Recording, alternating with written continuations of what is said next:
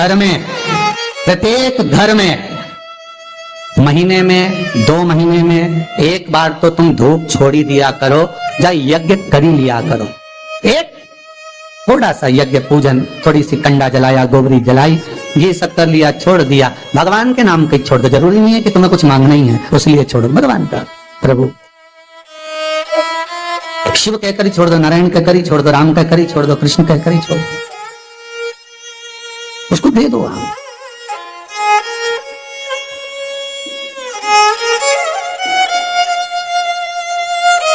होना चाहिए एक बार महीने 2 महीने में यज्ञ का क्रम होना चाहिए।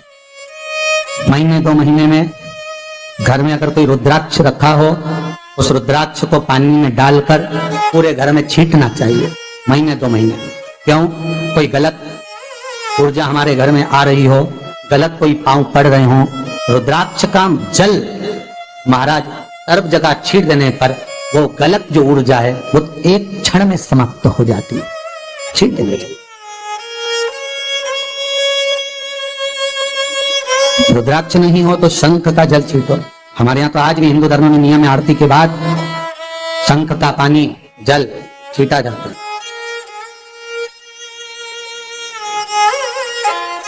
सुख देने वाले, ये कोई रुद्राक्ष कोई साधारण सा है क्या? बेलपत्री का पेड़, वृक्ष माता जगत जननी जगदम्बा के नयन अश्रु से प्रकट हुआ। शमी का वृक्ष भगवान महेश और उमा, आपको महेश की कथा कही थी वर्त में, उन्हीं के क्रम में ये माहेश्वरी वंश आगे बढ़ा। भगवान महेश और उमा के दोनों के मिलन से शमी का वृक्ष उत्पन्न हुआ, दोनों के। और भगवान शंकर के नैन अश्रु से रुद्राक्ष का वृक्ष उत्पन्न। ये कोई साधारण नहीं होते रुद्राक्ष। शंकर भगवान का ये एक स्वरूप है रुद्राक्ष, शिव का एक प्रतिबिंब है रुद्राक्ष, एक प्रतिबिंब।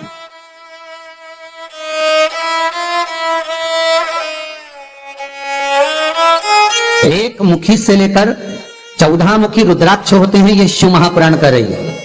एक मुखी से लेकर 16 मुखी तक रुद्राक्ष होते हैं, ये स्कंद पुराण कर रही है। एक मुखी रुद्राक्ष लक्ष्मी की वृद्धि के लिए होता है, 2 मुखी रुद्राक्ष बांधाओं को हरने के लिए होता है, 3 मुखी रुद्राक्ष विद्या के लिए होता है, विद्या प्राप्ति।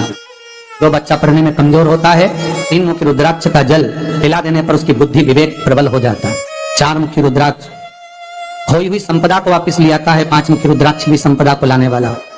कोई वस्तु घूम गई, चली गई कहीं पर, नहीं मिल रही, बहुत प्रयास कर लिया, चावल की कटोरी में 4 मुखी रुद्राक्ष या 5 मुखी रुद्राक्ष को रख दीजिए, 3 दिन तक रखिए, वो वस्तु अगर घर में है तो हाथ में आ जाएगी, तुरंत मिल जाएगी। 4 और 5 6 मुखी रुद्राक्ष अटके हुए काम को सफल बनाता है। 7 मुखी रुद्राक्ष, अगर कोई भिखारी ठेला चलाने वाला भी 7 मुखी रुद्राक्ष को अपने गले में मंत्र का स्मरण कर 7 मुखी रुद्राक्ष का मंत्र है ओम हूम नमः, 7 मुखी रुद्राक्ष का मंत्र का स्मरण कर गले में लाल धागे में पहन लेता है, भिखारी भी अपने तत्व से छूटकर सुंदर धनवान बन जाता है। 7 मुखी रुद्राक्ष का फल। 8 मुखी रुद्राक्ष रोग मुक्ति के लिए होता है महाराज। 9 मुखी रुद्राक्ष शास्त्र कहता है यह वंश की वृद्धि कराता है। आजकल एक नया क्रम है एसपीबी कराने का। जब बच्चे नहीं होते तो अपन कई माताएं वो क्रम करती हैं, उनसे निवेदन है एक बार मौका जरूर करना, 9 मुखी रुद्राक्ष को दूध में डुबा कर रख देना और उस दूध को रात्रि को पी लेना, कम से कम 2-2.5 महीना करना, महाराज गर्भ ठहरेगा। 9 मुखी रुद्राक्ष का दूध पति और पत्नी दोनों पिए, गर्भ ठहरता, गर्भस्थ भाव हुआ। संतान की प्राप्ति के लिए 9 मुखी रुद्राक्ष प्रबल है। 10 मुखी रुद्राक्ष घुटने का दर्द, कमर का दर्द उसके लिए होता है। 11 मुखी रुद्राक्ष रोग मुक्ति के लिए होता है। 12 मुखी रुद्राक्ष ब्लड प्रेशर के लिए होता है।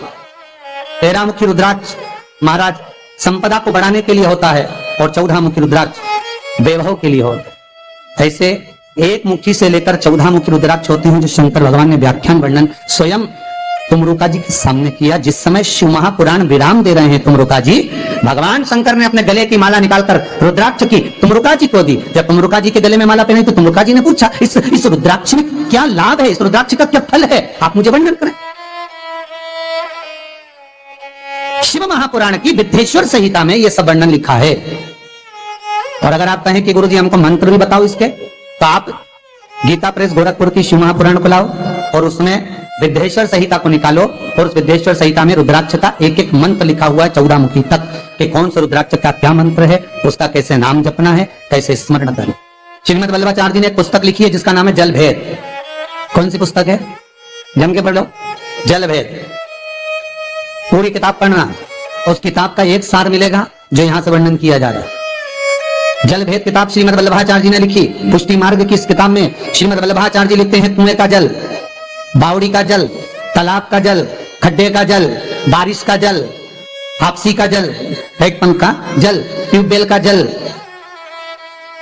नदी का जल, सरोवर का जल, तालाब का जल, घड़े का जल, कुंडे का जल, समुद्र का जल, सरोवर का जल, तालाब का जल, इन सारे जलों में सर्वश्रेष्ठ जल कौन सा है? श्रीमद वल्लभाचार्य जी ने पूछा और उस पुस्तक में उत्तर भी लिखा कि इन सब में सर्वश्रेष्ठ जल कौन सा है? तो श्रीमद वल्लभाचार्य जी लिखते हैं सर्वश्रेष्ठ जल है समुद्र का जल।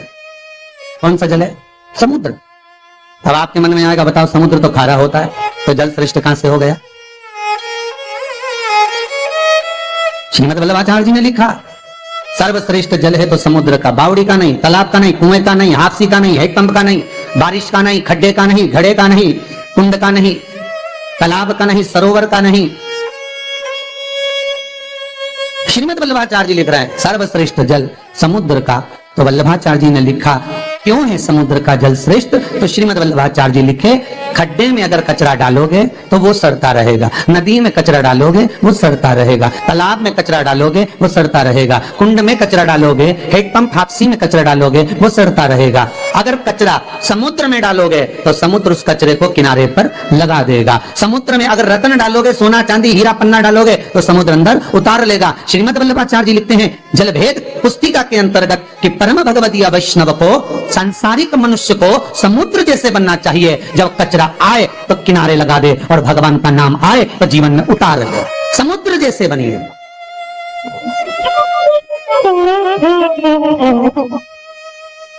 पर हम समुद्र नहीं बन पाते। किसी ने लिखा कि श्रीमद वल्लभाचार्य जी ने ओम नमः शिवाय, श्री शिवाय नमस्तुभ्यम। स्वागत है आपका शिव शक्ति आस्था चैनल पर। तो दोस्तों आज हम बात करेंगे नए साल के उपाय के बारे में। नए साल का उपाय यानी 1 जनवरी का उपाय। 1 जनवरी का उपाय 2025 यानी इस उपाय को कैसे करना है तो दोस्तों हम जानते हैं, इस कथा के माध्यम से सुनेंगे। पूज्य गुरु पंडित प्रदीप मिश्रा जी ने बहुत ही सरल विधि द्वारा इस उपाय को बताया है। तो दोस्तों इस उपाय को करने के लिए इस कथा को सुनिए और कथा को सुनकर ही इस उपाय को कीजिए। ये 1 साल का बहुत ही लाभकारी और महत्वपूर्ण उपाय है। तो दोस्तों अगर आप पूरे साल खुश रहना चाहते हैं तो इस उपाय को जरूर करिएगा और पूरी कथा को सुनकर ही इस उपाय को कीजिएगा, तभी उपाय समझ में आएगा और अच्छी तरीके से आप कर पाएंगे।